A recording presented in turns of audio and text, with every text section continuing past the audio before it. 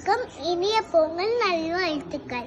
நம்ம எப்படி பொங்கல் செய்யுதுன்னு பார்க்கலாமா? இப்போ நம்ம கொஞ்ச நேரம் தண்ணியை சூடு பண்ணிக்கிட்டு வச்சுக்கணும். தண்ணி கொதிச்சு முடிச்சோடனே அரிசியை போட்டுக்கணும். அரிசியை போட்டோடனே நல்லா கலக்கி விட்டுக்கிட்டு கொஞ்ச நேரம் இது பண்ணோம்.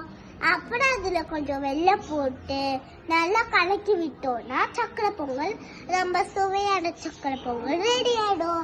அப்புறம் கொஞ்ச நேரம் கொதிக்கிற வரைக்கும் நம்ம கலக்கணும். கலக்கி முடிச்சோடனே கொஞ்ச நேரம் கொதிக்க விடணும். கொதிக்க வச்சோடனே அப்புறம் சக்கரை பொங்கல் கொஞ்சம் கொஞ்சமாக இது கொதிச்சு சக்கரை பொங்கல் ரெடி ஆகிடும். அப்புறம் நம்ம சுவையான சக்கரை பொங்கலை எல்லாருக்கும் பகிர்ந்து சாப்பிடலாம். இந்த வீடியோ பிடிச்சிருந்தா லைக் பண்ணுங்க, ஷேர் பண்ணுங்க, இல்லைன்னா கமெண்ட் கொடுங்க.